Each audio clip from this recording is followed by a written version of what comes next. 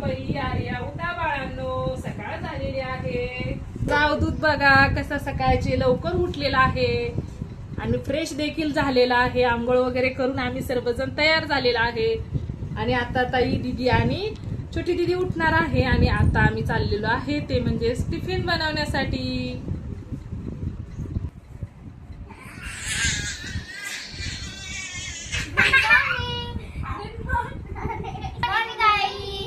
Good morning मुलांनो.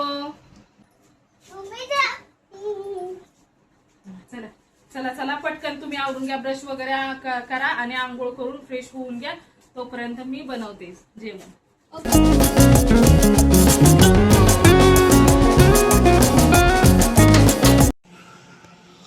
बाहेर तर खूप पाऊस पडतो आणि आता मुलांना बाहेर शाळेत जायचं आहे. आता कशी जाणार?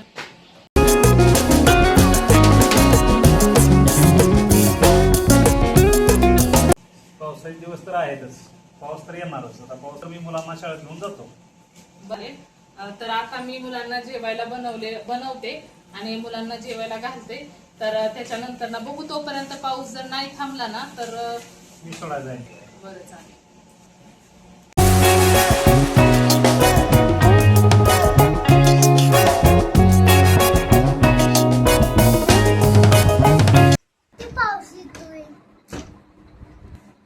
नेमका आवडीचा दिवस आहे आज आणि पाऊस खूप येतोय. पाऊसच नसाय पाहिजे होता. होय, मला तर आज शाळेत जायची खूप इच्छा आहे. हा ना, पण उगाचच पाऊस येतोय. हा नसायलाच हवा होता. होय लका. ए मुलांनो, चला जेवायला. जेवण तयार झालेलं आहे तुमच्या आवडीचं. चला पटकन. पाऊस इतका मुसळधार येतोय. चला जेवायला. आईने हाक मारलीये, चला. मुलांना आवडेल असे पदार्थ बनवलेले आहेत, म्हणजेच बटाटा, मटकीची भाजी, भात आणि चपाती खूप आवडतात त्यांना. मुलांनो, तुमच्या आवडीचे मी आज बटाट्याची भाजी, मटकी कर आलेली मटकी, चपाती आणि भात तुमच्यासाठी बनवलेला आहे. पटकन या जेवायला. चला चला, मुलं आलेले आहेत जेवायला. मी वाढते त्यांना. आई भूक लागलेली आहे, जेवायला आणलेला आहे जेवायला बाळा, गोंधळ करू नका. अगं आर्या, तुझ्यासाठी पण आणलेला आहे, गोंधळ करू नको. आर्या, तुझ्यासाठी पण आणलेला आहे. छान, आई. वेलकम.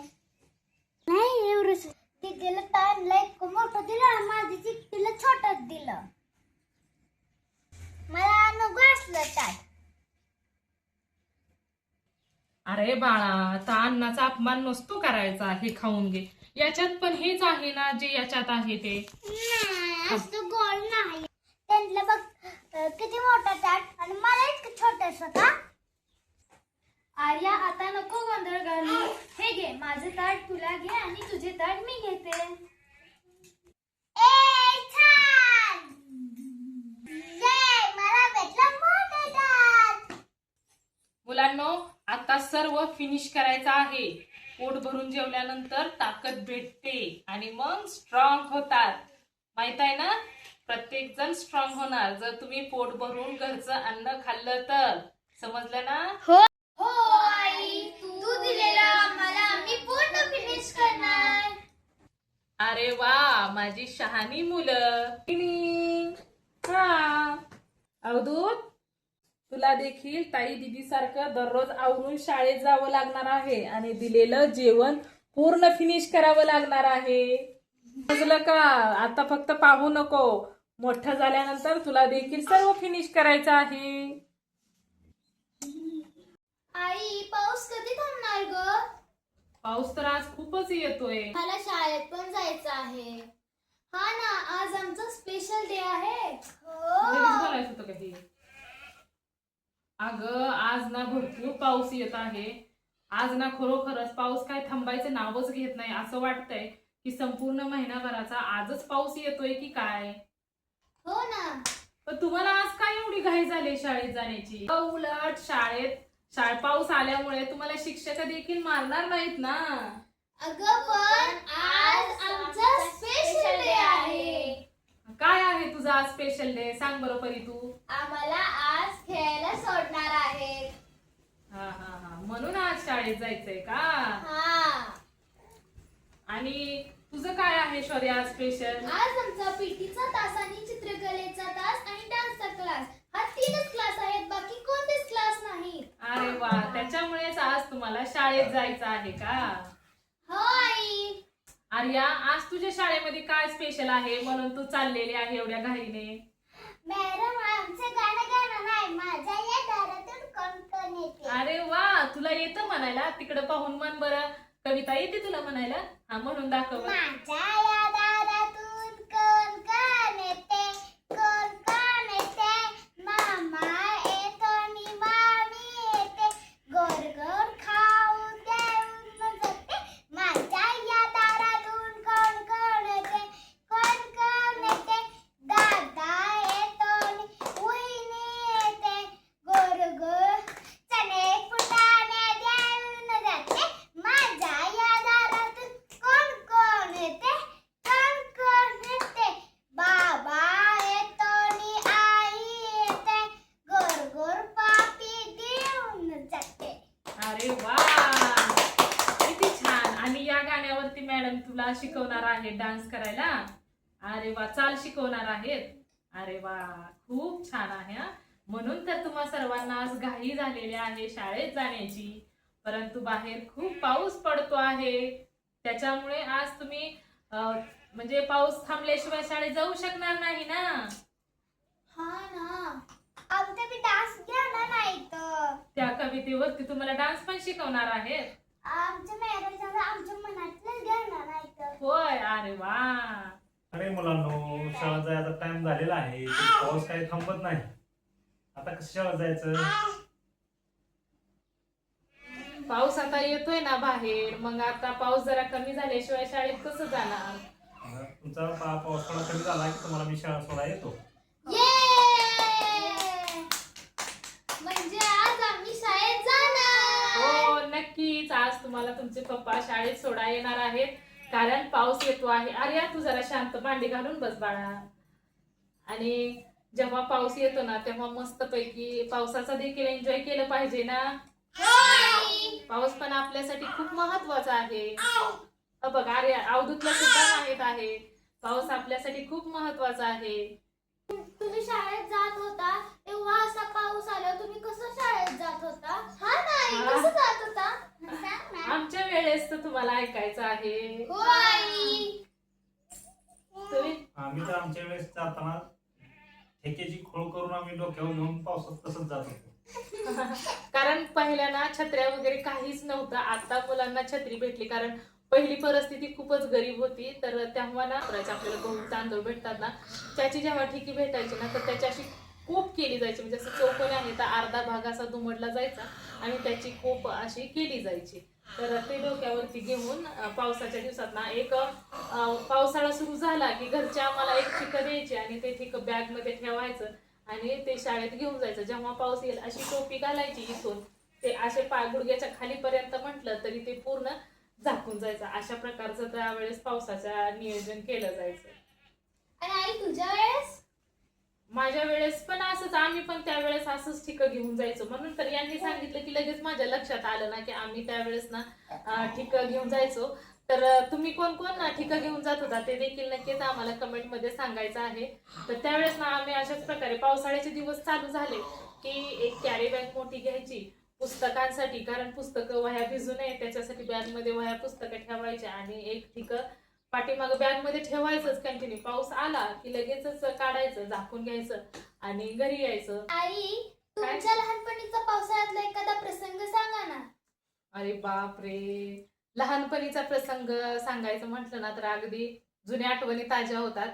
तर आम्ही त्यावेळेस असं झालं होतं, एके दिवशी ना भरपूर पाऊस येत होता आणि त्या दिवशी मी, माझा भाऊ माझ्यापेक्षा छोटा आहे आणि माझा एक चुलत भाऊ आणि बहीण, असं आम्ही 4 जण येत होतो. आम्हाला थोड्या अंतरावरती जावं लागत होतं, म्हणजे 15-20 मिनिटं कंटिन्यू चालत जाणं आणि येणं, अशा प्रकारची आमची शाळा होती. तर त्यावेळेस जात असताना जेव्हा सकाळचं गेलो ना तर थोडीशीच बारीक बारीक पाऊस येत होता, पण जेव्हा आम्ही परत घरी येत होतो ना तर त्यावेळेस असा मुसळधार पाऊस येत होता आणि आम्हाला जाताना येताना ना एक छोटासा ओढा पडत होता आणि जेव्हा त्या ओढ्याला भरपूर पाणी यायचं ना तर त्यावेळेस ते कमरेपर्यंत पाणी यायचं तेव्हा आमच्या वेळेस. तर त्यावेळेस असं झालं होतं की पाऊस ना आम्ही शाळेतून बाहेर निघालो आणि गावच्या थोडंसं बाहेर निघालो की मोठा पाऊस चालू झाला. अगोदर असा मुसळधार थोडा थोडा पाऊस पडत होता आणि त्याच्यामध्ये काय झालं की आम्हाला नाही एवढं काय झालं, पण माझा जो छोटासा भाऊ होता ना तर तेव्हा तो असेल 7-8 वर्षाचा असेल. तर आणि आम्ही त्याच्यापेक्षा 2-3 वर्षानं मोठं. तर त्यावेळेस ना त्याला एवढी थंडी वाजून आली, एवढी थंडी वाजून आली ना की त्याचं अंग असं लटलट लटलट हलायला सुरुवात झाली. आणि जेव्हा त्यावेळेस ना म्हणजे कारण मध्ये आम्हाला घर कोणतं काही पडत नव्हतं, त्याच्यामुळे कंटिन्यू गावाच्या बाहेर निघालं की आमचे जे घर होतं ना ते शेतामध्ये घर होतं. तर तिथून येत असताना एक असा थोडासा ओढा लागत होता, तर त्याला एवढी थंड वाजत होती ना की त्याला असं म्हणजे चालताच येत नव्हतं. आणि तिथंच एक असा म्हणजे गोठा होता गाईचा, एका व्यक्तीचा, ती गावातच राहत होते, फक्त त्यांचा गोठा होता. तर आम्ही तिथं गेल्यानंतर त्या आजोबा काय बोलले की तुझ्या भावाला खूप थंडी वाजते. तर मग माझा भाऊ होता, चुलत भाऊ, माझी बहीण, मी आणि माझा छोटासा भाऊ, आम्ही जे होतो ना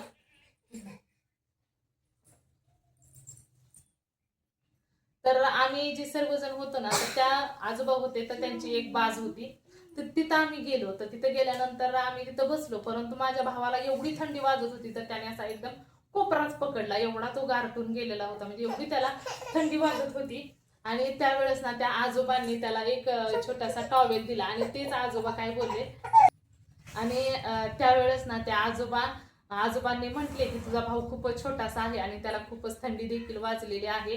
तर तो पूर्ण असं त्याचं अंग ना असं हलत होतं. तर त्या आजोबाने एक टॉवेल दिला त्याला आणि त्याला पूर्ण पांघरून घातला. आणि तेच आजोबाला आम्हाला त्या ओढ्याच्या पलीकडे देखील घालवायला आले. ते बोलले की लहान मुलं आहेत आणि त्यातली त्यात माझा भाऊ खूपच छोटासा होता, तर ओढ्याचं पाणी खूपच ओढत होतं ना जास्त असं.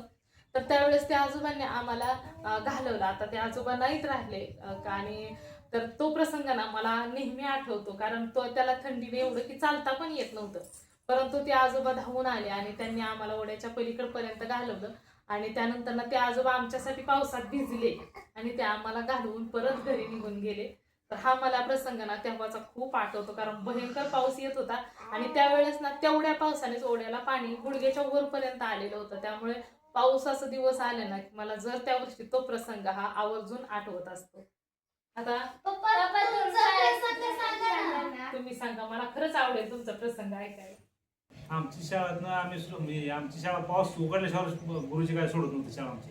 अरे वा. आणि पाऊस थोडा कमी झाला की मग शाळा सोडणार. शाळा सुटली की आम्ही मग पळतच सहज सुटायचो.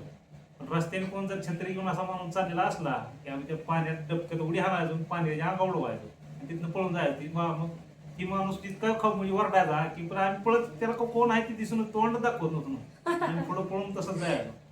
असं एक वेळेस आम्ही परत माझ्या पाठीमागं बी माझा मित्र असायचा. ती उडी हाणताना पण ती म्हातारा माघारी फिरून परत आले, पळत आले दिसली की ते आडवायचं सगळं.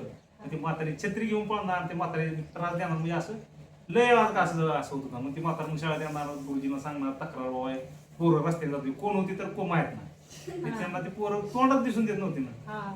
ती गुरुजी मग परत सगळी बोलवणार, कोण गावात म्हणजे गावात जाणार होती जेवायला दुपार सुट्टी, त्यांना बोलवून घेणार. मग त्यांना मग ती खवळणार, तुम्ही तर रस्त्याने व्यवस्थित जाता.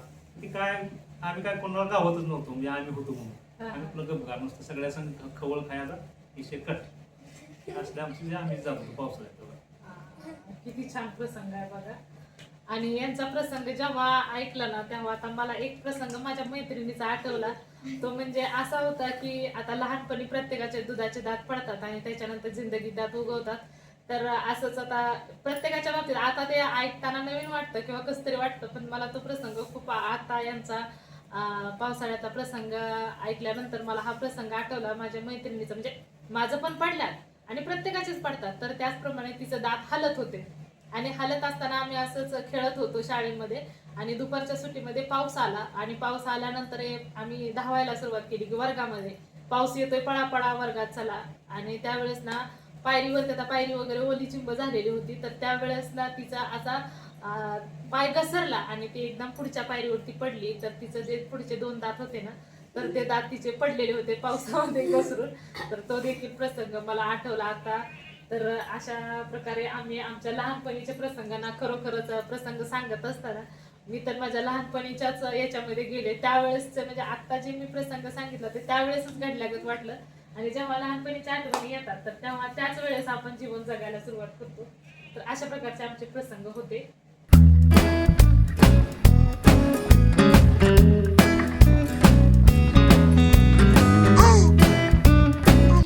मुलांनो पाऊस आलाय कमी आता. चला शाळेत जायचा टाइम झालेला आहे. पाऊस कमी आलाय. चला शाळेत चला. चला आता तुम्ही सर्वजण जावा शाळेत. मला देखील भरपूर काम आहेत. मी घरातील काम आटपते, तुम्ही त्यांना सोडून या आणि तुमचं काय काम असेल ते तुम्ही करून घ्या. चला. चला. तर आता हे तर शाळेत जाणार आहेतच. तर तुम्हाला जर आमचे व्हिडिओ जर आवडत असतील तर नक्कीच सपोर्ट करा, लाईक करा आणि सबस्क्राईब करायला देखील विसरू नका. तर दररोजच्या प्रमाणे श्री स्वामी समर्थ. जय जय स्वामी समर्थ. धन्यवाद. धन्यवाद. धन्यवाद आमचा पूर्ण व्हिडिओ ऐकल्याबद्दल.